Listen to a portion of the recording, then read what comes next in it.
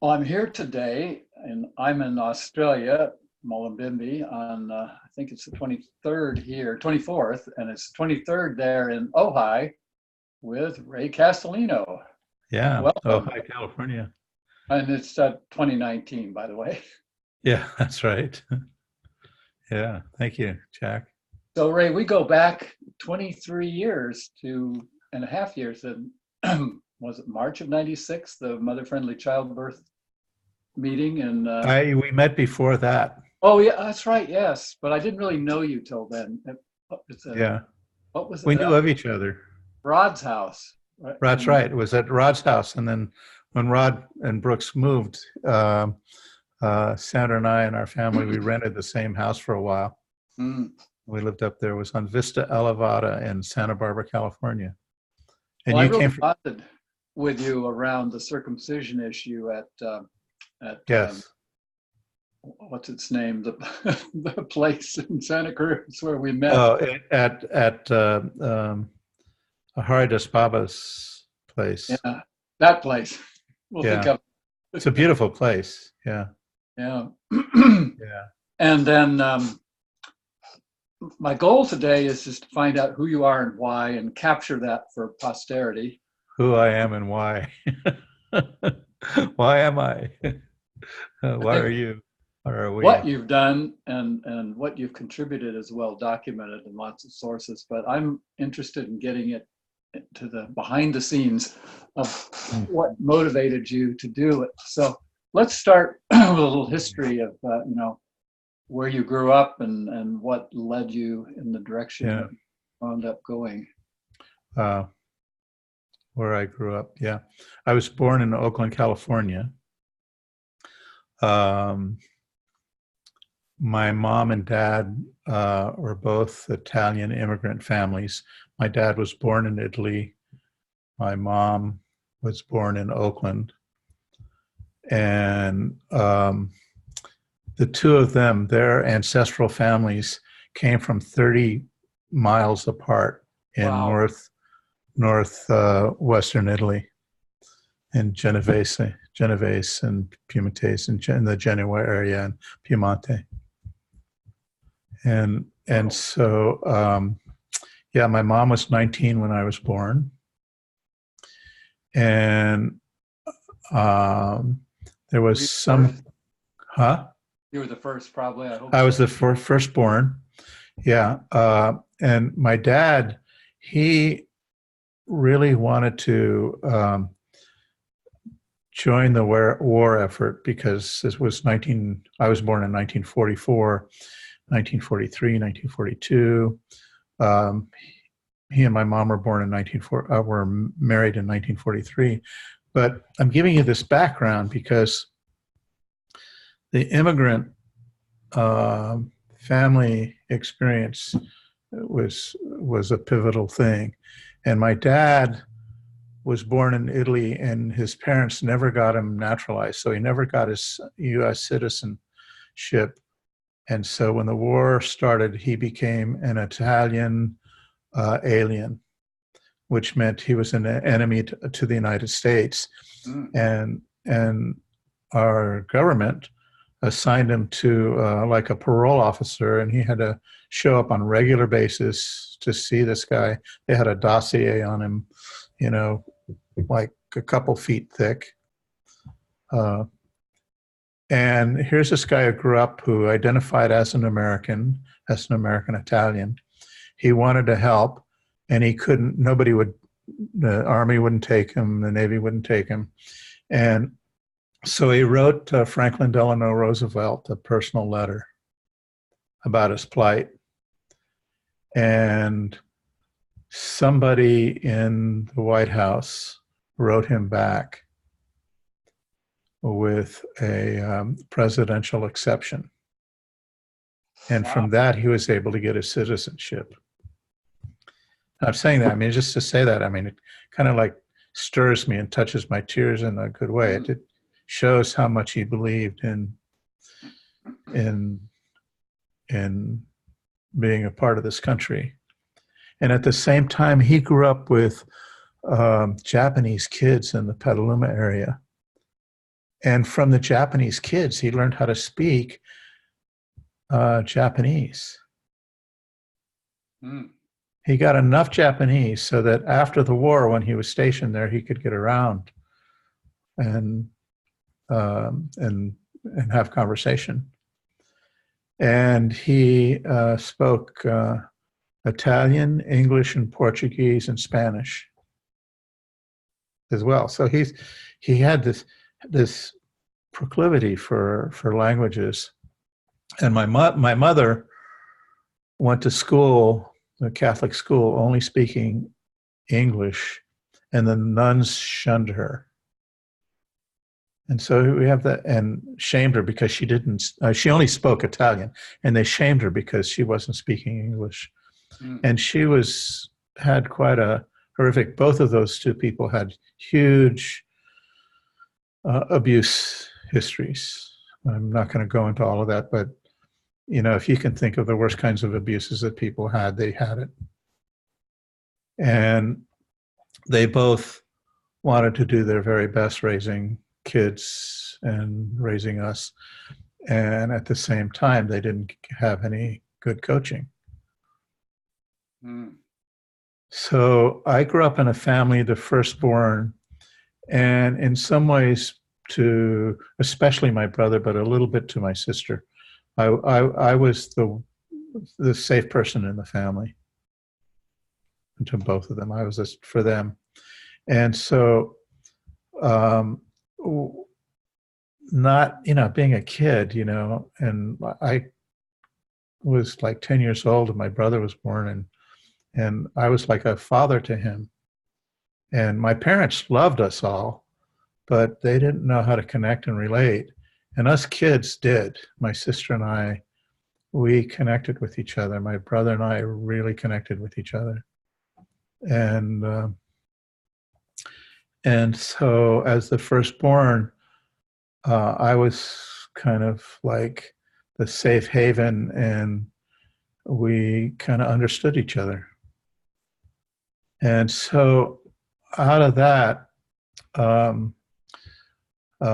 I grew up at the same time. I would have been diagnosed with ADHD. I would have been diagnosed with a dyslexia, had they had those diagnoses then. And especially in my young adulthood, I had really severe anxiety attacks on a regular basis, really regular basis. And I was the first one to go to college. And what saved me through high school, through growing up in high school, was music. Mm. So I sang. I sang in the a cappella choir. I sang in the musicals. I had the leads in the musicals. And I learned everything by ear. That's my father's ear. There's a lot of music on my father's side. Mm. So it was music that kind of like held me together. I was not academic, and I couldn't read because my eyes couldn't track a sentence on a page. I read, but it took forever to read a book. I mean, so when I graduated high school and finally somebody said, let's check your eyes, they made me do that if I was going to go to college. I took a remedial reading course because they found out I was reading 150 words a minute.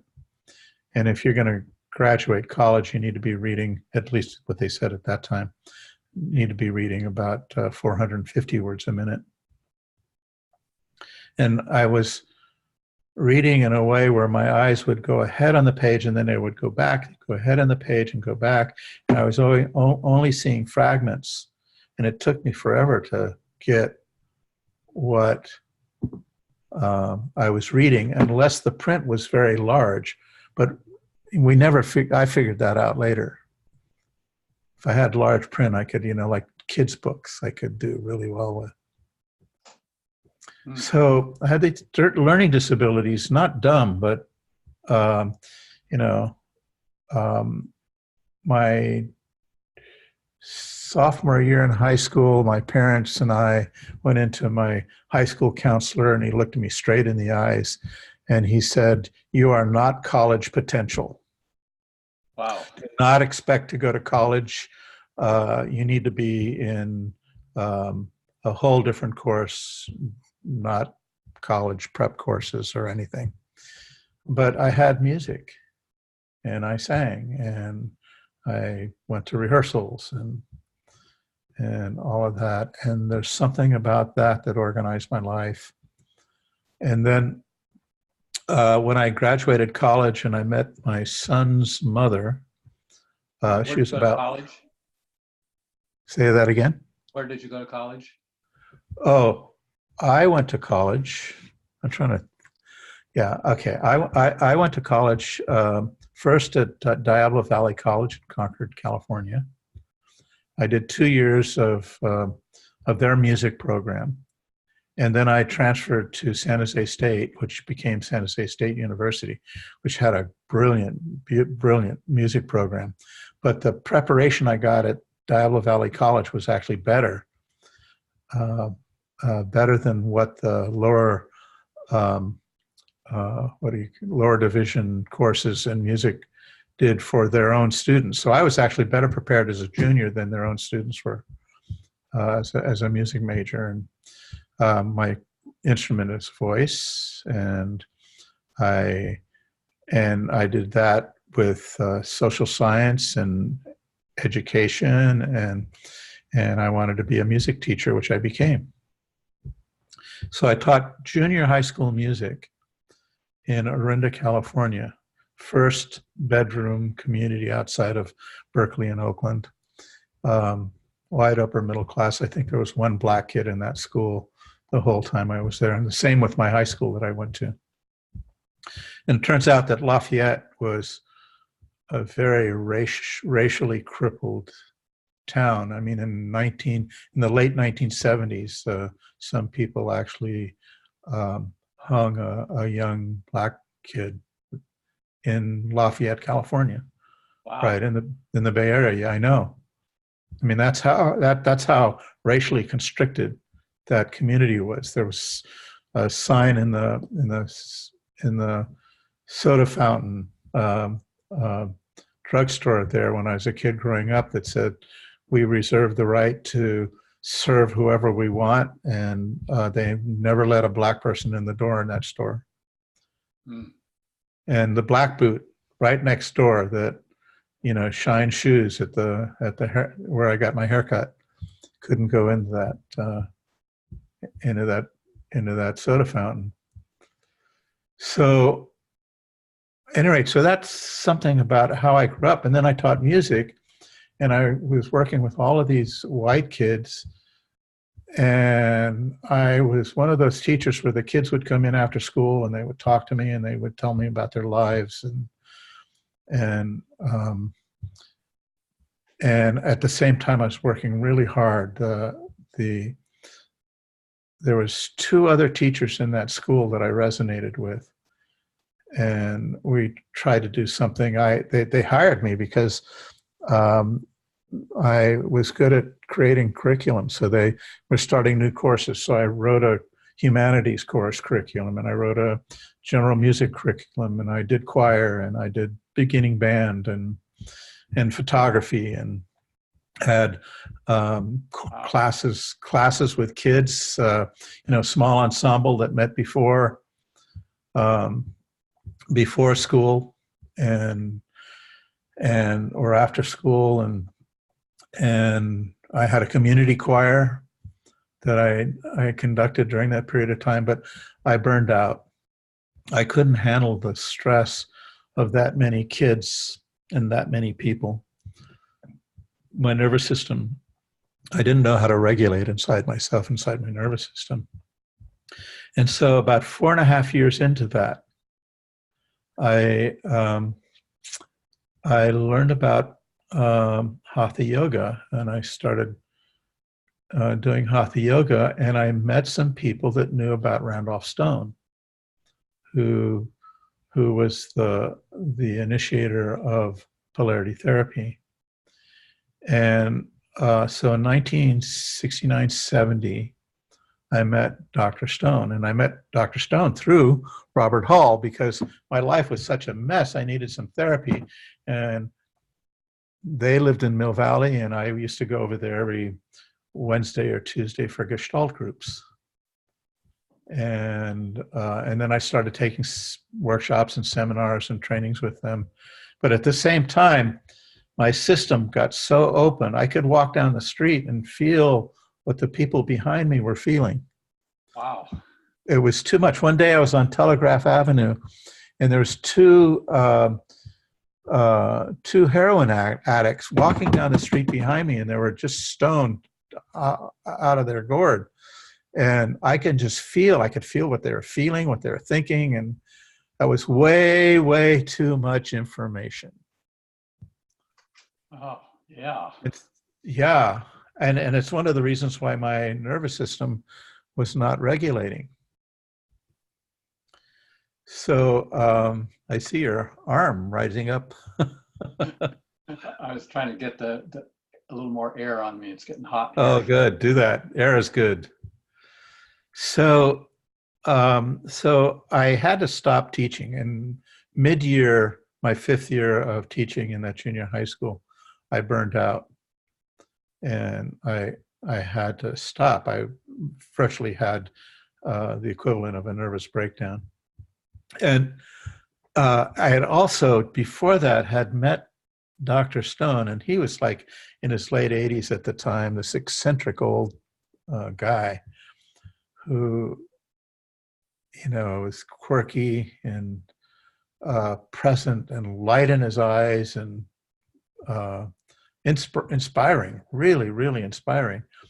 And I saw the principal of that school that I was working for, that I was working for this principal, and he was in his late 50s, early 60s, and I thought, gosh, when I get to be 80 years old, do I want to be like this old man, Stone, Randolph Stone, or do I want to be like this junior high school principal who I did not respect?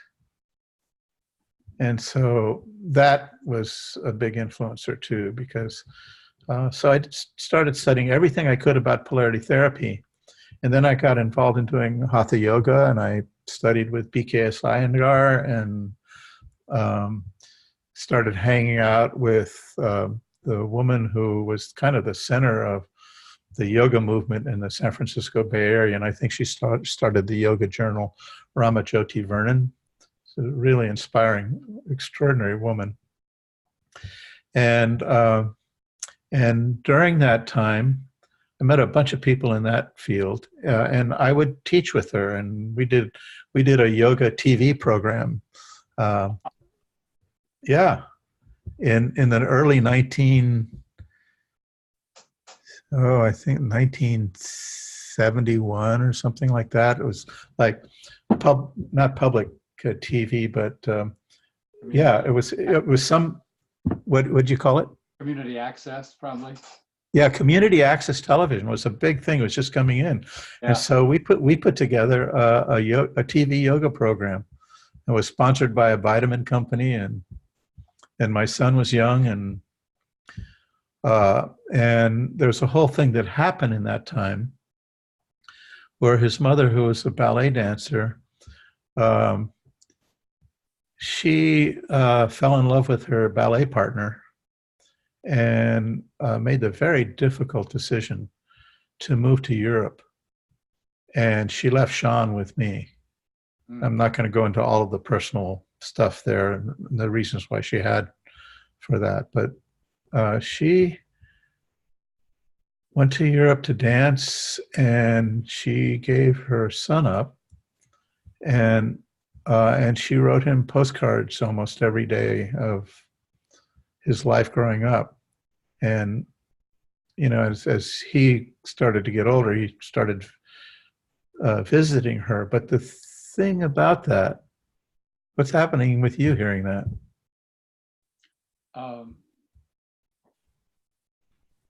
I just see you responding. I'm not aware of it. You're much more. Oh, well, yeah. I mean, your whole face just changed. It's just Uh, like maybe you're reflecting something back in me.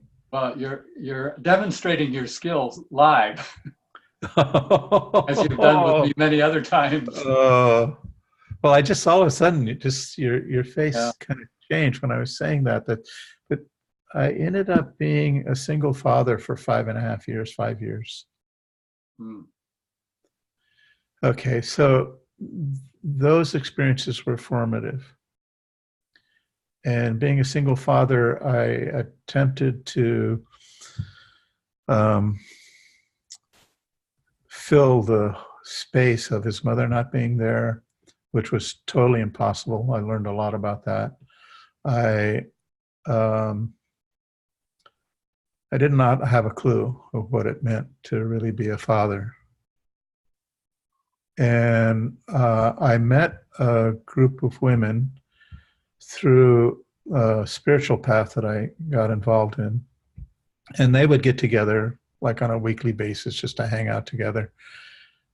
Some single moms, some married moms, some not married. And they took me on as kind of a project. They would come over to my house and clean it and show me how the house needed to be in order to raise my son. And and I got into therapy with a really great true Adlerian therapist, not a behavioral, an American behaviorist, but a true Adlerian therapist, Henry Stein, who was in San Francisco at the time, and he's still alive, and he's head of the Adlerian Institute. I think he lives up in Washington State now, and um, and his approach was really incredible. There's a couple of things, like one of the things he said, and it comes straight from Adler. He says, all behavior has a purpose. So if you're sitting with a child and you pay attention to what the child is doing, that child is showing you something that's related to her or his purpose. And that really, really was helpful for me with my son. And one day I was sitting with my son and I just was looking at him and he was doing something that felt to me totally off the wall. And I felt this huge billowing of rage just come up in my system. And I just stopped because I knew that if I followed that, I would do something destructive to myself and him and to our relationship. And so I stopped and I looked at him, and some, grace came through my head and said, how is he feeling? Just ask that question. How is he feeling? And I looked at my son, and my son was experiencing as much rage as I was. And I realized that his actions were an attempt to try and show me how he's feeling, communicate how he's feeling to me. And he did a very good job of it. He did actions that triggered my rage. And he was communicating to me how he was feeling by doing that. And that was one of those big, huge aha moments that my son taught me, that kids are working all the time to communicate what's going on in them. And when I got that, I looked at him and I said, wait a minute, I see you're really angry. I am too. We're both being angry together. And as soon as I said that to him, it was like the whole field of that tension just melted, and we got on the same side of the fence together. So there's two things that happened there. One, I got given the gift of the pause, and given the gift that my son was attempting to communicate how he's feeling. by showing me the feelings and letting me experiencing them too.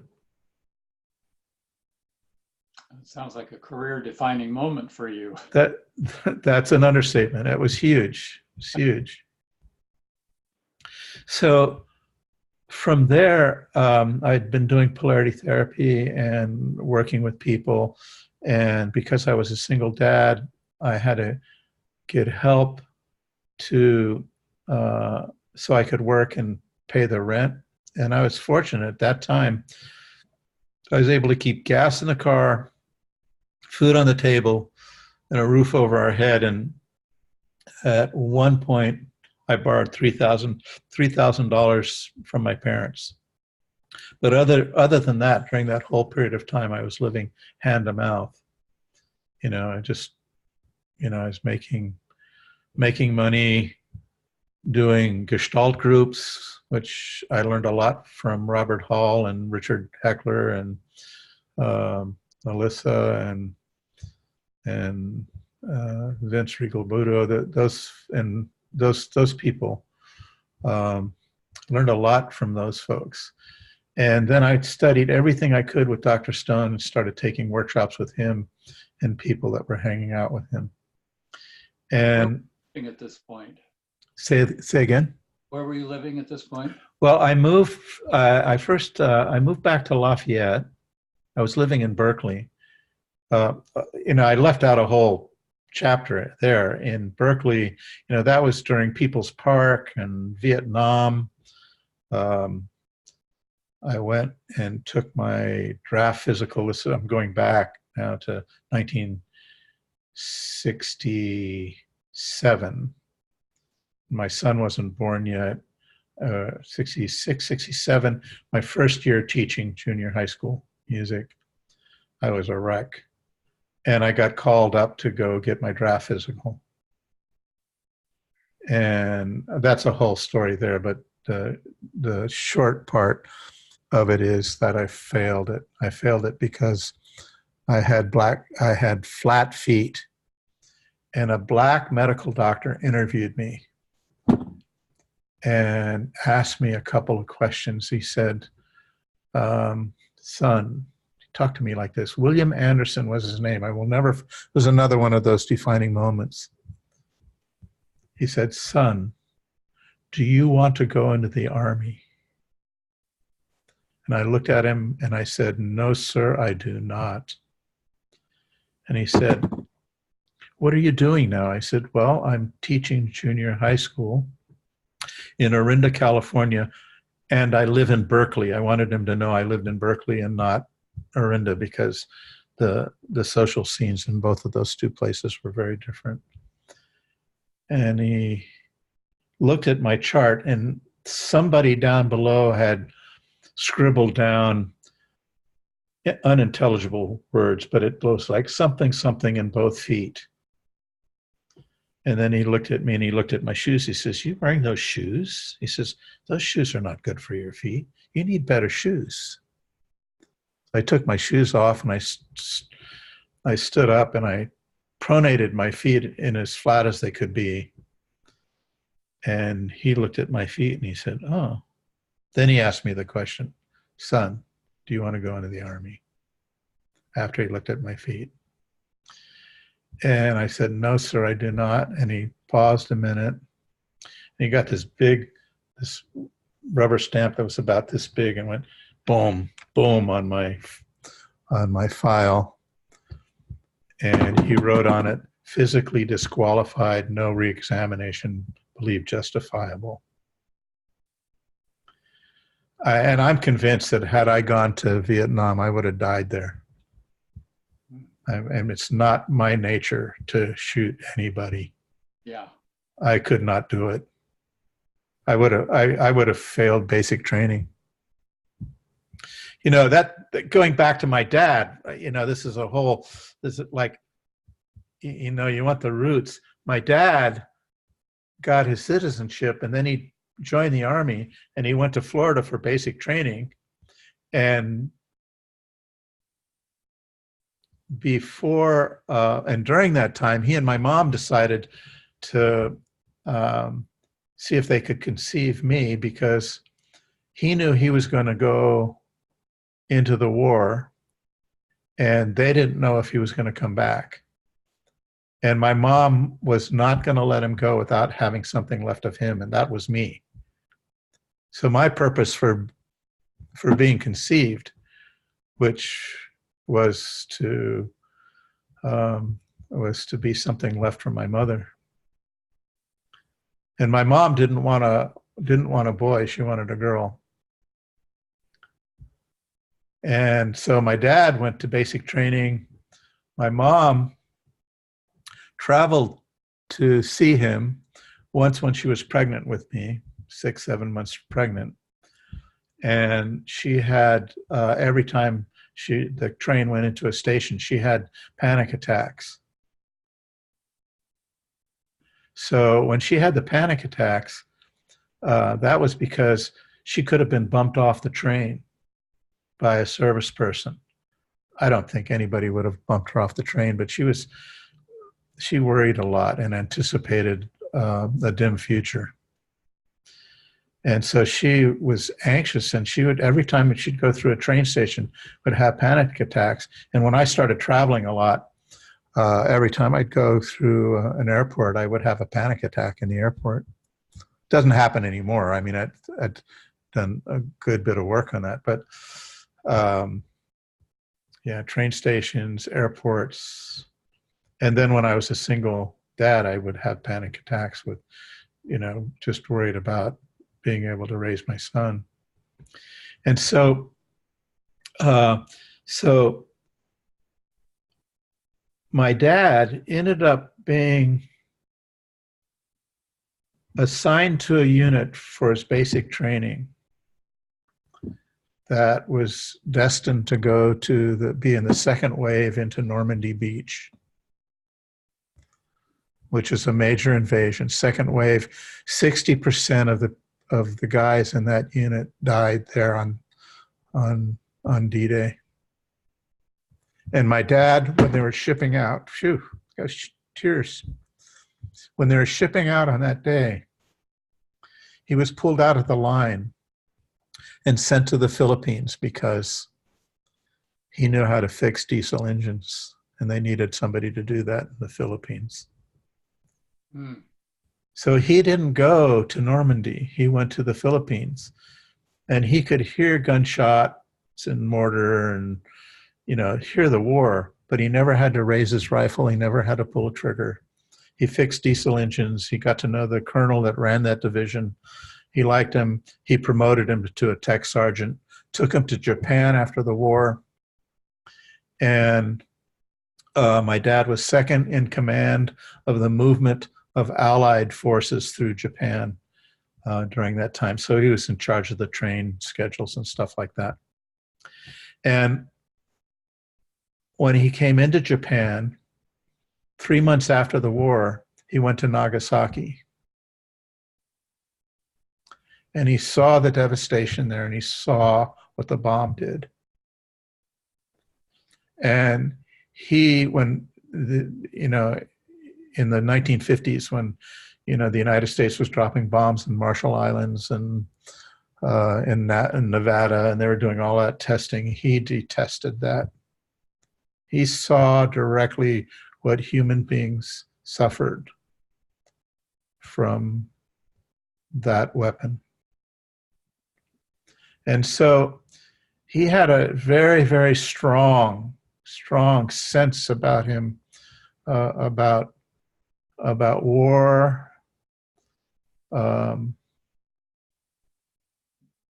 He'd go hunting with his buddies, but he would never shoot anything. And he loved to fish. He would catch fish. So that also was a very formative influence on me. So we got kids, myself when I'm coming of age, dysregulated nervous system, except when I was doing music.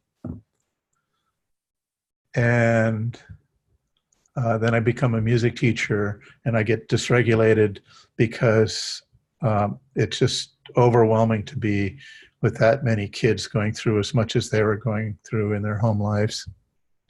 And I got this Army medical examiner, William Anderson, who gave me a, a draft exemption. That was, so here I am there, and 2 years later, my son's born. 2 years after that, his mother goes to Europe. I become a single dad. And I've got this kid, and I've really got to get my act together, get therapy. I will hang out with women that really taught me a lot about parenting. And also in that period of time, I became vegetarian. Started meditating, and started doing work where I could get to the core of the anxiety I was feeling, which that anxiety was there in my parents before, especially my mother, before I was here. It was something I just took on because that was part of the scene. So how did all this lead up to your going to chiropractic school? And well, 1973, I married Sandra.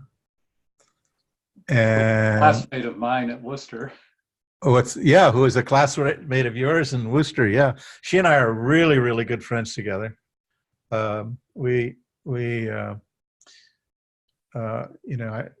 moved out about 2006, I think. And she became a stepmother to Sean. And I was doing polarity therapy. All my close friends that were in the polarity movement were going to chiropractic school. And I knew I needed to actually shore up, I needed to get, I wasn't going to be able to really make a living and support Sandra, and then later Sasha came. I wasn't be able to do a good job of that unless I really had a professional license. So I went to chiropractic school and became a chiropractor. What school did you go to? I went to Palmer West, which started out as Northern California College of Chiropractic. And, I was in their second class. And during that time, when I was in chiropractic school, I went into the library and they're having a book sale. There's all of these old books. And there's a book by DeLee and Greenhill, Principles of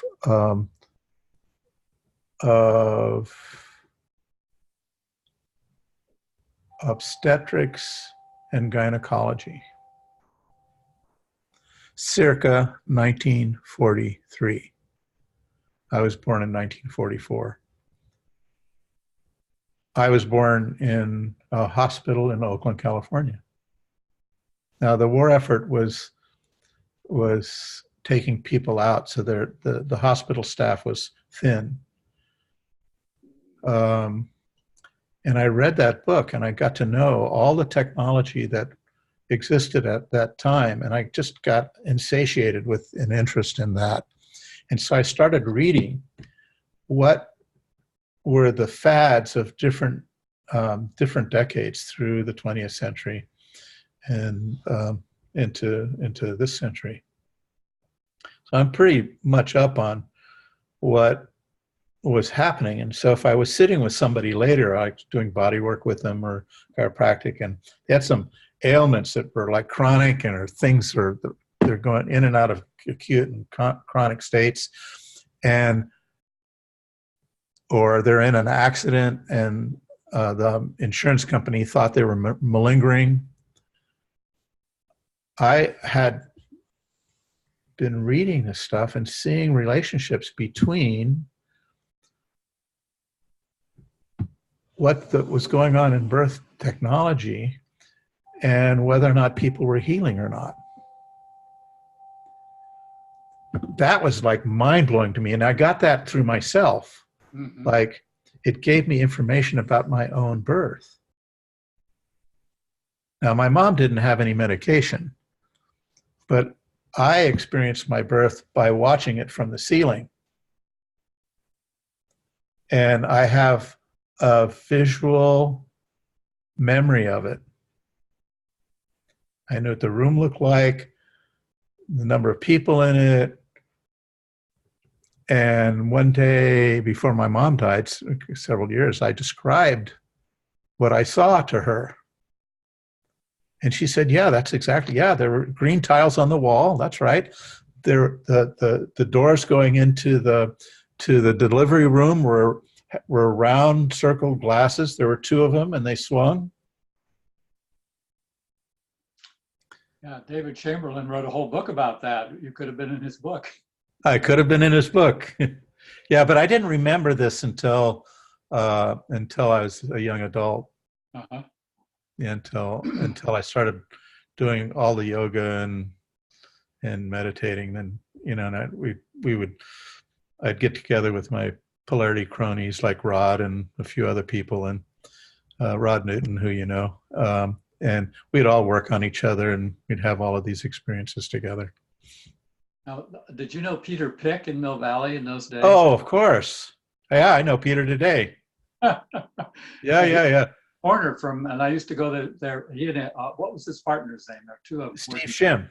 Yeah, they were Yeah. around the corner. I did sessions. They worked on me. Yeah. Steve Shim. Yeah, Steve. Yeah, I know Steve. Still, I see him every once in a while. Maybe once a year, or once every other or third year. And Peter. Them. What's that? I should track them down for this project too, because they were definitely influencing me at that point. Wow, that would be interesting. That'd be interesting. Yeah, they're both retired now, and really very interesting human beings, both of those two guys. They were, yeah. Yeah. Now, where was the school, the chiropractic school? It was down in Cooper. We lived in Cupertino. The school was in Sunnyvale. Started out that the school was in Palo Alto, and then it moved to Sunnyvale.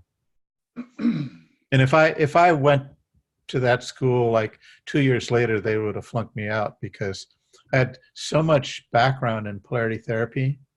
Like I understood, because of the polarity therapy, that the paradigm itself is an organizing principle.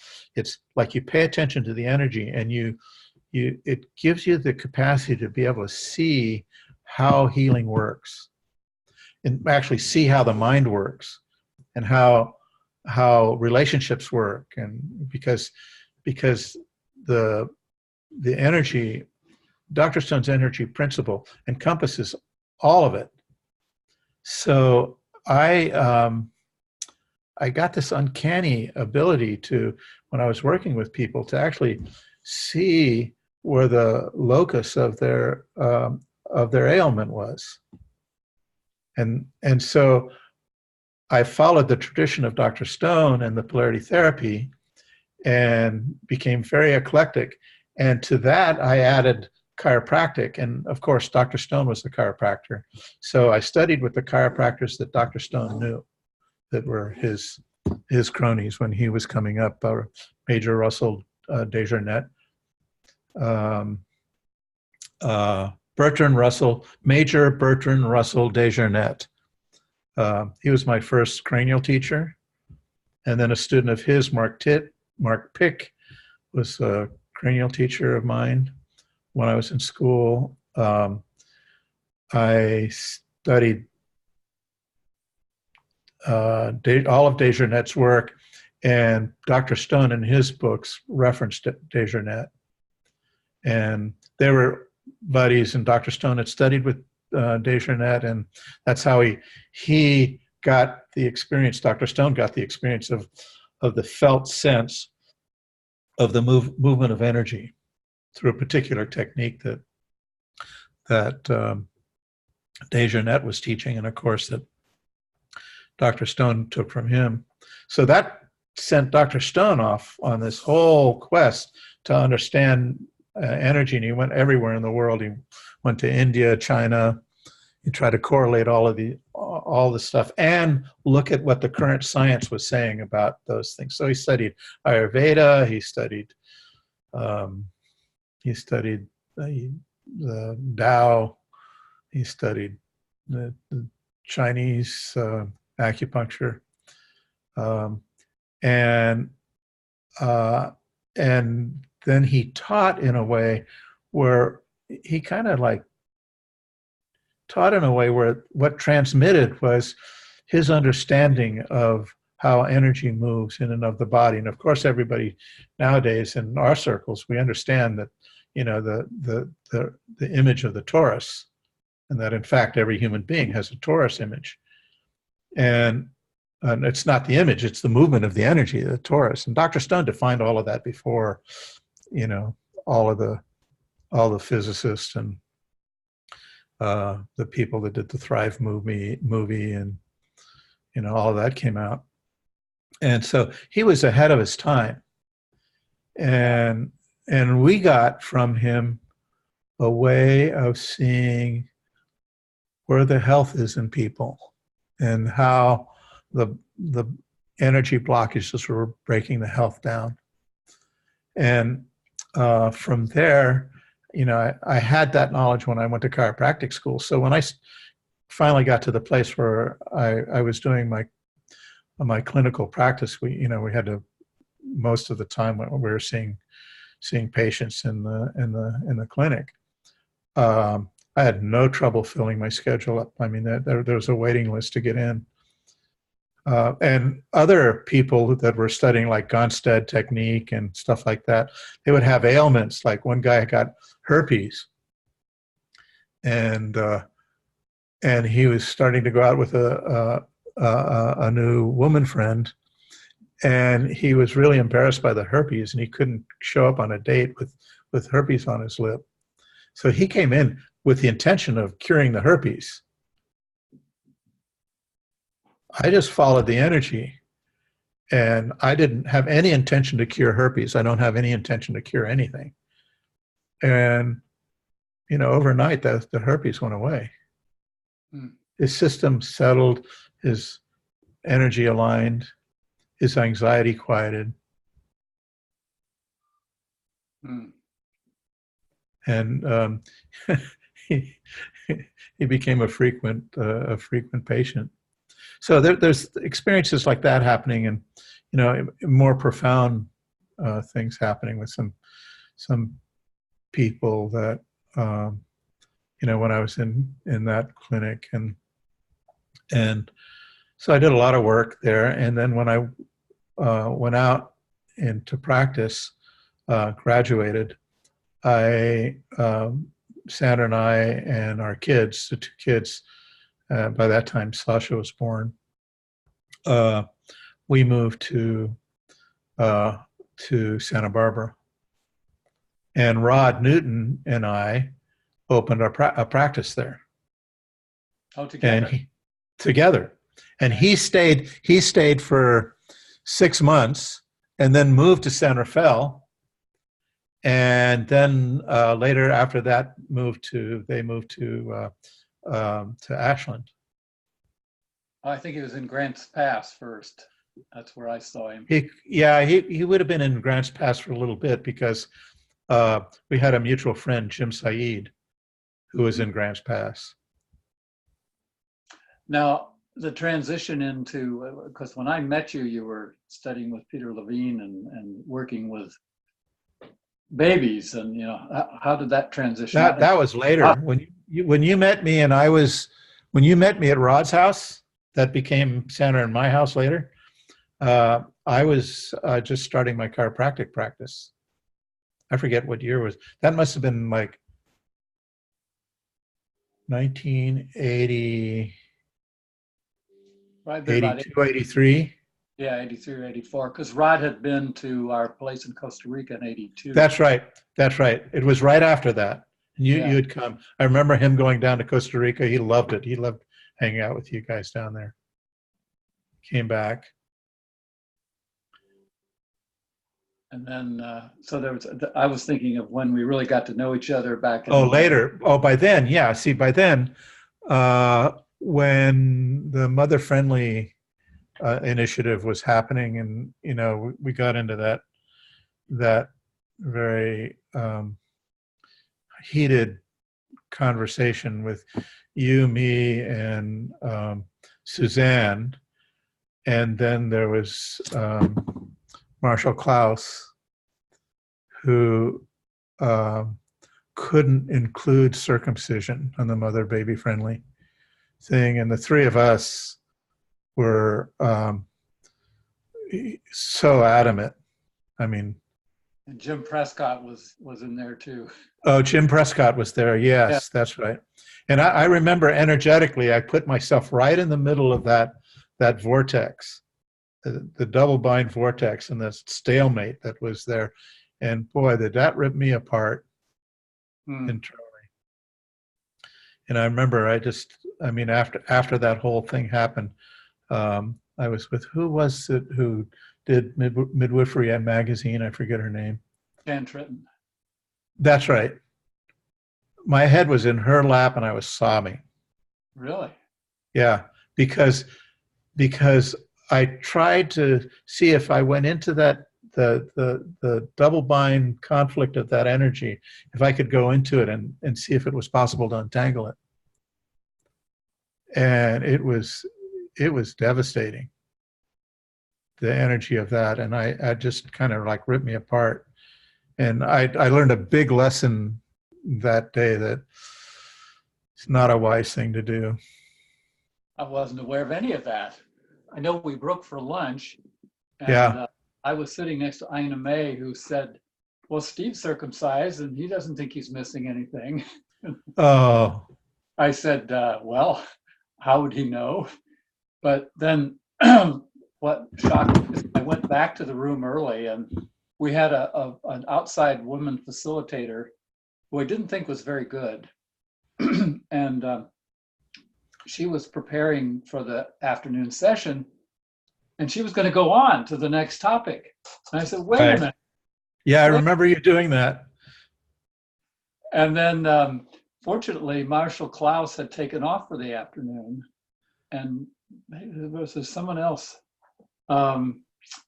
Suzanne was aware of that. And then Penny Simpkin came up with a compromise statement. Yes, that's right. God, we were right in the middle of all of that. Yeah. And I just remember you sitting behind me and how nurturing you felt. It's like, wow, this guy is something. Got to get to know him. Yeah. Then Suzanne and I, at that same meeting, were rooming with Jim Prescott over off campus. And we were taking a hot tub, and we thought, wouldn't it be a great idea to get people together, not just for around birth, but the whole primal period and preconception and all that, and form a similar organization, which took 3 years, but we eventually did have our ATLC meeting, and your projector, and we got started. That's right. I carried that 7-pound projector all the way across, maybe it was 10 pounds at that point, on an airplane. Yeah. We had used it successfully at Mount Madonna. That was the name of the flight. That's right. And so I knew what it could do, and I was glad you had it with you. But now that was when you were working with Peter Levine, and I think you were really launching your current business, weren't you? What I did is I studied with Peter for a short time. I took the first half of his training and decided not to go on for personal reasons that I won't say here, but I got what he was teaching in that period of time, and that was very useful, because he was really talking about regulating the nervous system, and so was Stone. Dr. Stone was all about regulating the nervous system, for balance, was his words, was to balance the autonomic nervous system, which in those days was sympathetic and parasympathetic nervous system. And since Porges came on and did his work, now the autonomic nervous system is sympathetic, parasympathetic, and social nervous system. or actually parasympathetic, sympathetic, and social nervous system, if you look at the developmental phylogeny of it. So, so yeah, so, and it happened that even before I studied with Stone, Peter took a course from Stone, I think it was in Chicago, before I even knew about Dr. Stone. And one of Peter's major approaches to working with trauma is watching how trauma compromises the nervous system, and how the nervous system needs to have a coming and going. It needs to have a rhythm. It needs to have a wave. And so what Peter figured out is that if you pendulate, if you go toward the challenge and the activation in the nervous system, and then you go to something that feels resourcing, and you go back and forth slow enough, that what happens is the nervous system comes into balance. Peter put that together. That's a brilliant, brilliant, brilliant contribution. And so I studied with him. I took half of his training during that time. And I've been on several different, panels and different conferences and stuff like that with him. So yeah, Peter's made a major contribution. Dr. Stone made a major contribution. And where I got into working with babies and kids was like with my own kids. And I was like, I'd be doing cranial work with them. I can just, when I'm just invoking that, I can feel my nervous system slowing down. Mm. And when I got into a particular really slow range, the babies would start to move. And the patterns that they showed when they moved in their movement looked like birth patterns. And the sounds they made sounded like birth patterns. And this was happening in my chiropractic practice. And when moms were there, and that's one thing, that when babies come, they never come without somebody else. They always come with somebody else, some primary care person. And in those days, the parents would want me to work on the baby or work on the mother. And when I first started doing that, I would work on the baby, and the baby would start to move. And if I followed the movement and supported the baby in the movement, and I went in the same direction the baby was going, didn't change it, didn't do anything, but I just did that, the baby had somatic reflection of their own movement. And I discovered that as I did that with babies and I watched them grow over time, I could see that these kids were extremely well coordinated. Not just physically, but as they developed emotionally and mentally and relationally, they had very wide ranges of capacity for human connection and compassion, and generally that's what we found. And so with my own kids, I would do that. They would move. And with the babies I was working with in my chiropractic practice, they would move. And then my old friend, Franklin Sills, was invited to come to the United States to teach his cranial training. And he was at the time living in England, and he and I had studied polarity therapy together. We were already friends. We knew each other pretty well. And so he called me up one day and asked me to assist his very first cranial training in the United States, which happened in Marietta. My only regret from that was, I have to remember their names now.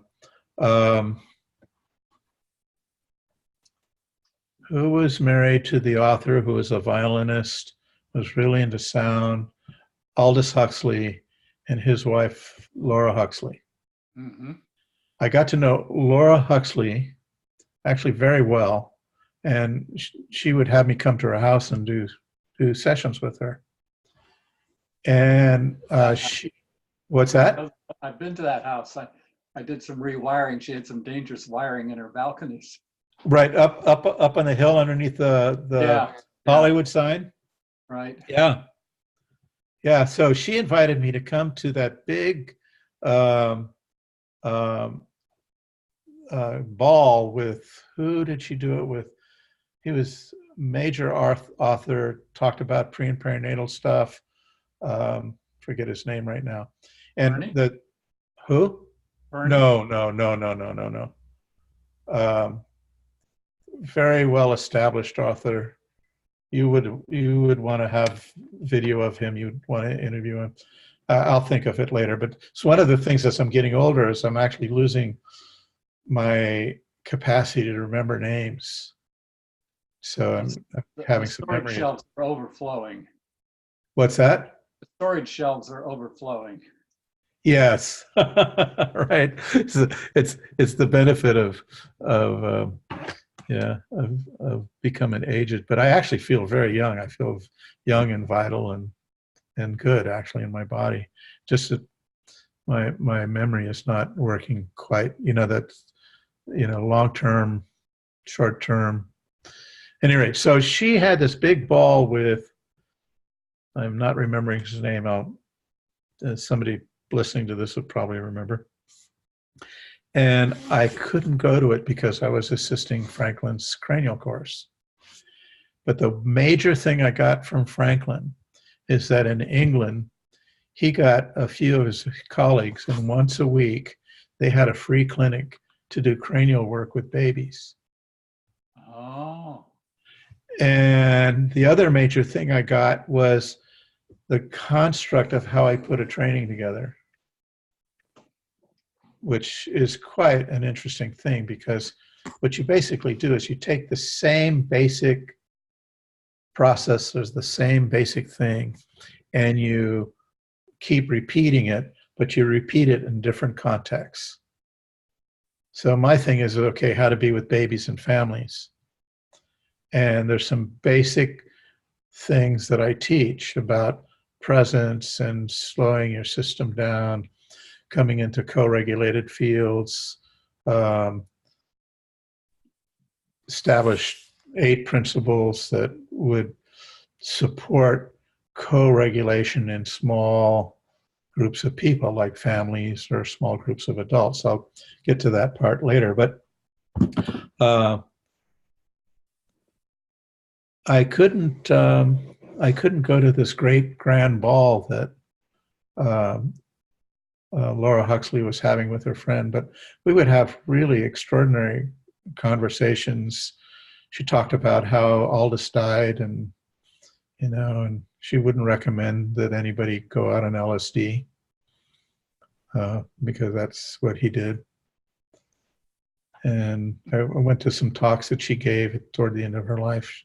She's really a wonderful, wonderful human being. So in that period of time, I got this idea of starting a baby clinic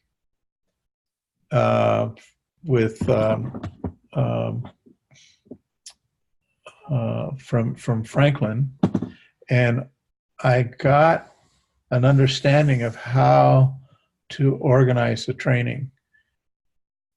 And so I wasn't ready to start a training, but I started doing individual workshops. I had just prior to that, and prior to working with Peter, I had spent a lot of time with William Emerson, and this was like 68, 69,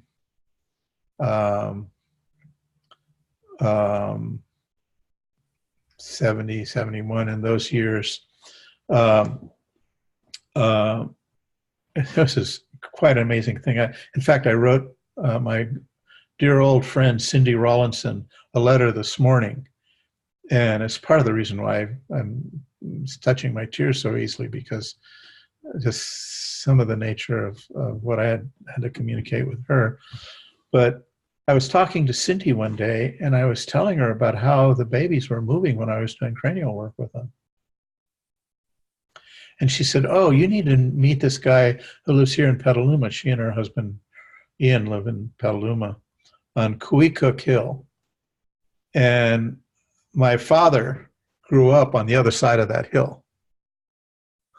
So it's all kind of, all of this, coincidental things that are probably not so coincidental. But at any rate, she said I had to meet this guy, William Emerson. They had just gone to a talk that he had given. And so I called him up, like I got off the phone with her and I called him up and he picked the phone up. And I had this long conversation with William. This is back when our phones were still tethered to the walls. And I had a long conversation with William. And he said, "Well, in 2 days, I'm going to be in San Francisco. There's a conference." And this was, I'm the second or third APA conference in Japantown. Maybe it was the second one. I forget. I don't think it was the first one. And so I closed everything. I closed my practice down. I got in my car. I drove to San Francisco.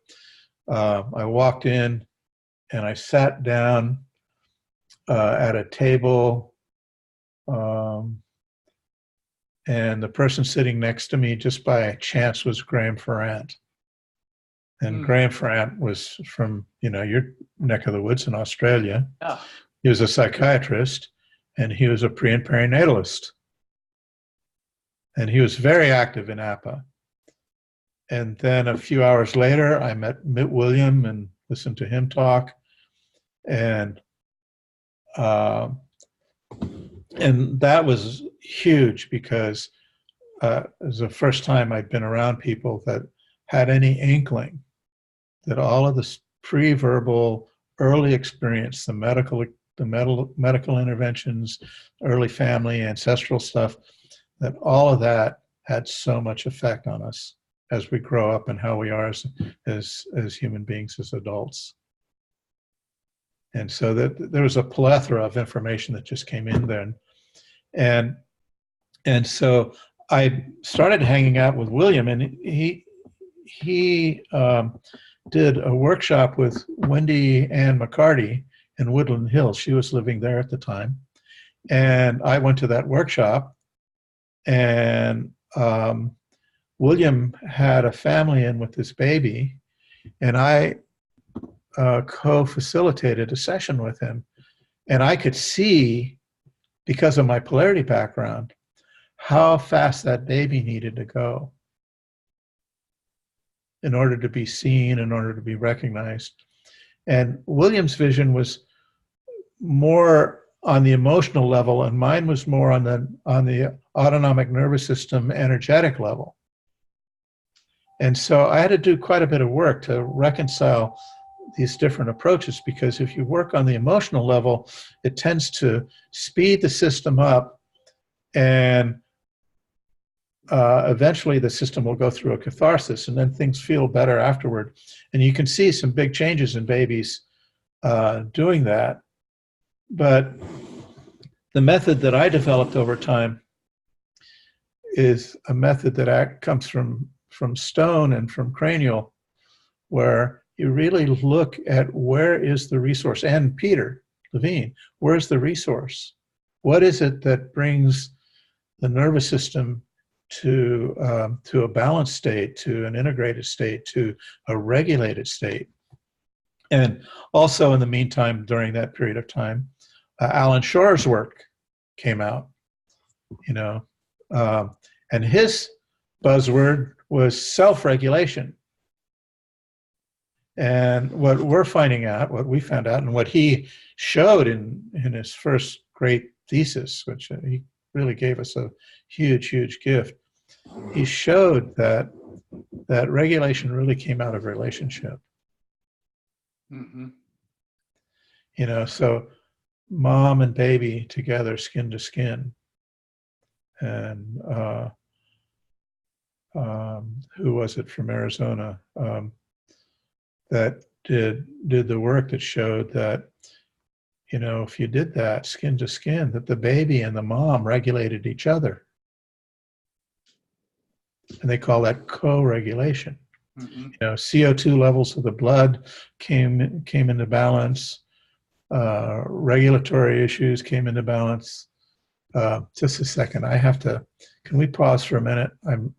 Because I have to, I thought we would be done by now, and I have to write this guy. SV30 Monday works for me. Okay. So we're back again. Yeah, thanks. Meantime, it was Ashley Montague was the Laura. That's right. Yeah, I remember. Took a swig of water. Ashley Montague was the person. He and Laura put together a ball. They wanted to have a grand ball. They were close friends, and they invited people to come and just celebrate the lives of these two elder wise people. So Laura Huxley and Ashley Montague. And that was my one regret of assisting Franklin Sills. And because there was a schedule conflict and I couldn't go to the grand ball. I ran into Ashley in '74 with Alexander Lowen when I did 1 year bioenergetic training, and actually came through, and then I think I got him to endorse the Mother Friendly on the phone. But I wanted to ask, what was Shore's original paper called? Something in the Origins of Self. It's just a sec. It'll come. Something about regulation. Regulation and the origin of the self. Yeah. The 1,000-book thesis. I got to spend some time with Alan because he would come up to the Santa Barbara Graduate Institute, which specialized in pre and perinatal studies and somatic studies. And I was on the ground floor of that. Very good friends with Marty Glenn, who was the founding person in that. And so I was on the original adjunct faculty for that school, and so every time Alan would come up to do something with Santa Barbara Graduate Institute, I'd be in the small group of people that would go out to dinner with him and hang out with him. And I had some really wonderful conversations. We met in San Francisco at an APA conference that he was presenting at and I was presenting at several years ago. And we took the morning off and just went to my room and we just talked for 3 hours together. Wow. Yeah. And your career was influenced at an APA conference, and that's where I met Jim Prescott. Right. Which changed my career. Good old APA. Which, that's for those of you who don't know, APA is the Association for Pre and Perinatal Psychology and Health, APPPAH. That's a mouthful. Yeah. Yeah, and William, Barbara van Dyson, and who was it that I mentioned before that I met there from Australia? Graham Ferrant. Yeah, Graham Ferrant lived near me in Victoria. I met one of the Dr. John something or other, who was a primal therapist, who knew widow. That's how I learned about it. Yeah. So what we're doing now is we're seeing an evolution of the pre and perinatal movement, which, you look at, Lowen, and who was it that influenced Lowen and bioenergetics came from? The German. Yes. Ah, We'll think of it in a minute. anyway, yeah, it'll come. But at any rate, so whoever's watching this, you get to see what happens Old guys. after you turn 70. Even though we don't feel old, we still, our memories don't work as well. All right, so you have primal therapy with Janoff, which is working through the emotional system. His thesis is you had to get the primal wound, get the primal scream. And years ago, I wrote a paper that got published in the APA Journal. David Chamberlain actually helped me write it.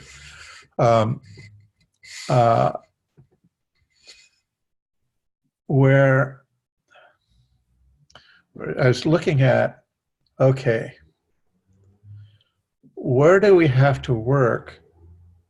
How do we have to work with folks so that we're actually addressing where the stored imprints are for early trauma and early shock?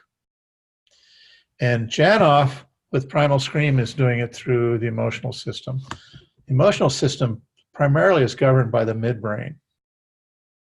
Shock trauma is primarily held in the hindbrain in the rhombencephalon, basal dorsal trunk. The vagus basal, my language, but the vagus nerve, the ventral and dorsal trunk of the vagus nerve, and that's a whole big thing. That's part and parcel of Porges's work. And so Porges is looking at how the cranial nerves affect facial expression, facial nerve, fifth nerve, auditory, all of those. I don't know the exact ones right now, but how our face expresses, how that, like if you want to, activate your social nervous system, raise your eyebrows and look at somebody else's eyes. Yeah, there you go. That's it. Yeah. You look way more alive. It's just like that. I mean, if that happens, right? If that happens, kids have somebody to relate to. If it doesn't happen and are talking like this and there's no facial expression, there's nobody to relate to. And those kids will grow up actually not feeling anything because their social nervous system isn't activated enough. So I'm kind of rambling here, but there's all of these influences at APA. Oh, Stan Groff. Stan Groff had a lot of influence on Williams' work. Primal therapy had a lot of influence on Williams' work. Wilhelm Reich is the one. Wilhelm Reich. I declined that. Well, going back to your question, when you saw my face change after you described Sean's mother leaving, I finally figured it out. I'm a Viking, you're an Italian. We're sort of opposite ends of the continuum. Attracted to Italians ever since medical school to get italicized. Anyway, what I'm pretty sure I was remembering was how I left my 2.5-year-old daughter behind in Baltimore when I moved back to California. Oh. I wasn't aware of any of that. That's what I saw in your face. The logical thing. So right, demonstrating your ability and my disability around knowing what I'm feeling. Oh. Yeah, and in your Vikingness, when I had my my ancestry done, turns out that I'm 19% Italian, 19% Iberian. The name Castellino is a Portuguese name. Oh. So the whole Iberian Peninsula, Spain, Portugal, are Iberian. and I've got like 9% or something like that that comes from northern Europe. There's another 55% missing there. Where's Yeah, that? North Africa and the Middle East. Wow. Well, you are a genuine multi-breed. Yeah, and it goes way, way, way, way, way back, but you know, All Mediterranean, though. all Mediterranean, and so there's in my ancestral roots, um, North African Black culture influence, uh, Iberian influence, Middle Eastern influence, and North European influence, and Central Mediterranean Italian boot influence. Big difference between the Mediterranean Sea and the North Sea. Oh, for sure. I spent some time up there a couple of years ago with Lottie. I have a student that lives up there, and so I went up and did a workshop with her, and we went to the place where the North Sea and the Atlantic Ocean meet, and you can see it doing this for as it goes out along the plain there. And it was a very calm day, and you can see where those two seas meet. Wow. It's a very powerful experience. So at any rate,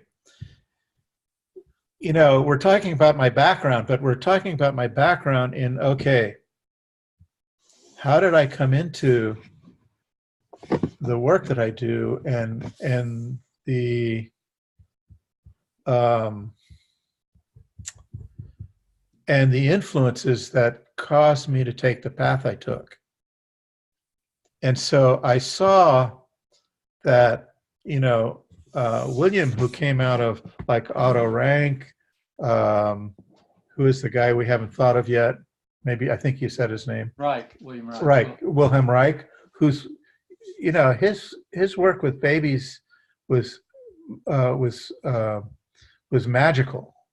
There's something he understood about that, but his theory base was that you had to break the armor down in order to get to the person.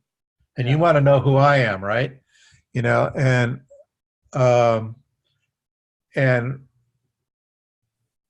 Stone's work starts on the inside and works from the inside out.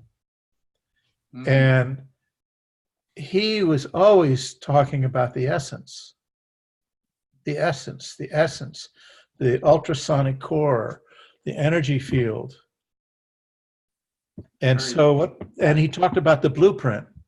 Mm-hmm.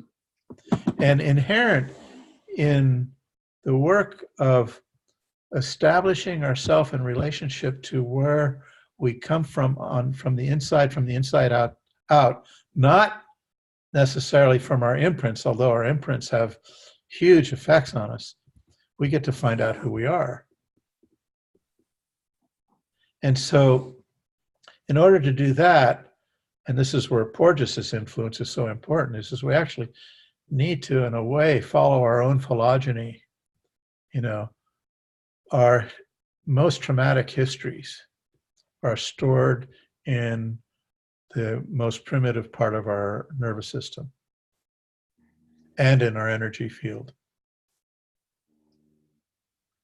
And the emotional system functions through the midbrain, and the social nervous system functions through the forebrain, through the frontal cortex.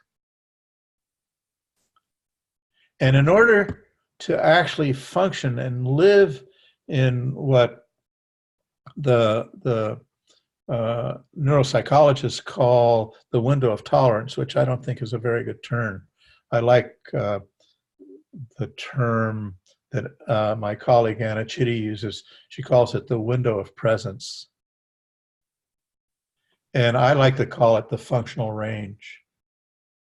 Because if we go out off the top, we're going to be out of functional range. If we go off the bottom, we're going to be out of functional range. We're going to go off the top on the sympathetic side, take the parasympathetic nervous system with us, and start a whole other spin that that dysregulates our nervous system, but maybe can put us in some very creative spaces. Or we can go off the bottom and feel collapse and the effects of parasympathetic shock. Now, when I'm saying feeling the effects, we're actually feeling the imprints and experiencing the memory of that. So what we do in our work is we do a whole series of exercises and ways of having contact with the blueprint in the functional range, because that's where you actually can sense it. You don't get blueprint information off the top or off the bottom. You get survival information, you get traumatic information, you get compensation information. But if you come into the functional range and you settle and go slow enough, what happens is we get access to actually how we are feeling inside, not just emotionally feeling, but we get access to our inspiration. We get access to what carries us through life. We get access to the present moment. And that influence came from Randolph Stone. Mm. And so what I saw is when I met Graham Ferrant, I met William, met Stan Groff. I saw all of those people were trying to work through the emotional system, too high in the nervous system. And they're working through the emotional system to try and get to the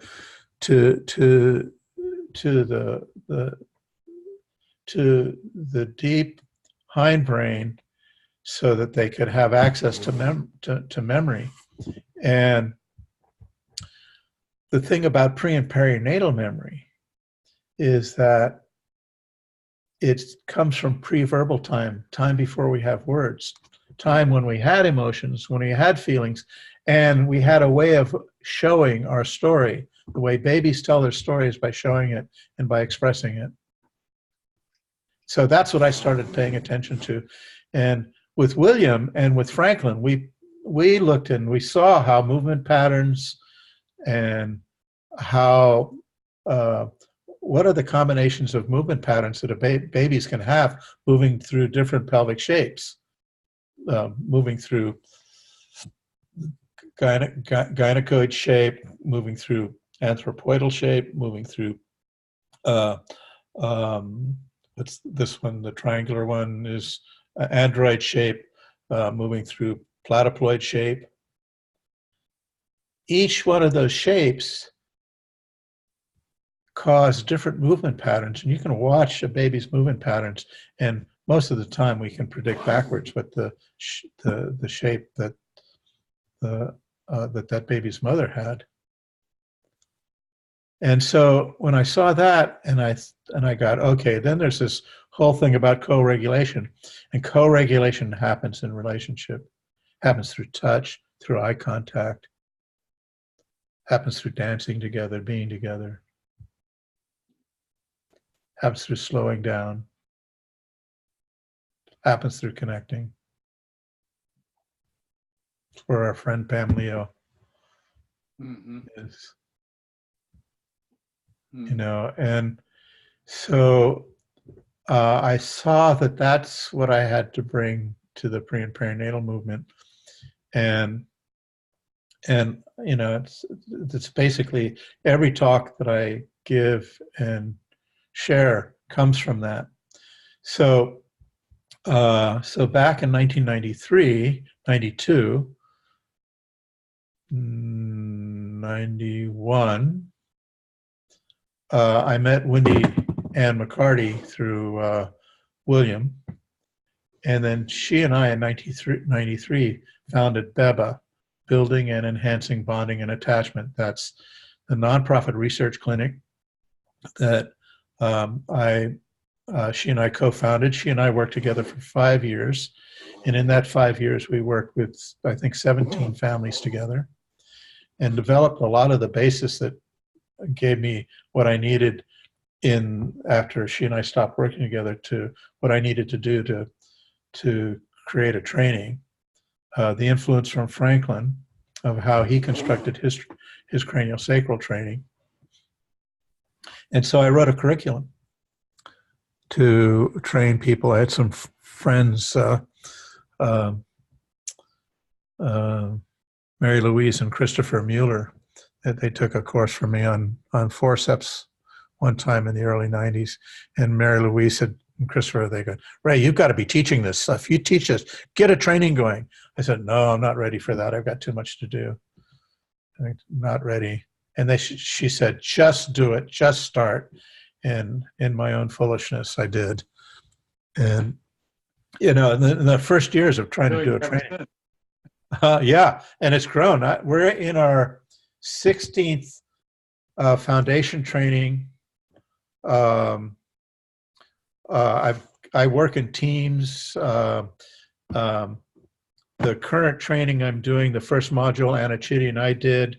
The rest of that training, Tara Blaskow, Mary Jackson, and I are doing. Mary, Tara, and I are doing. We're collaborating on. They're going into their third training in Spain.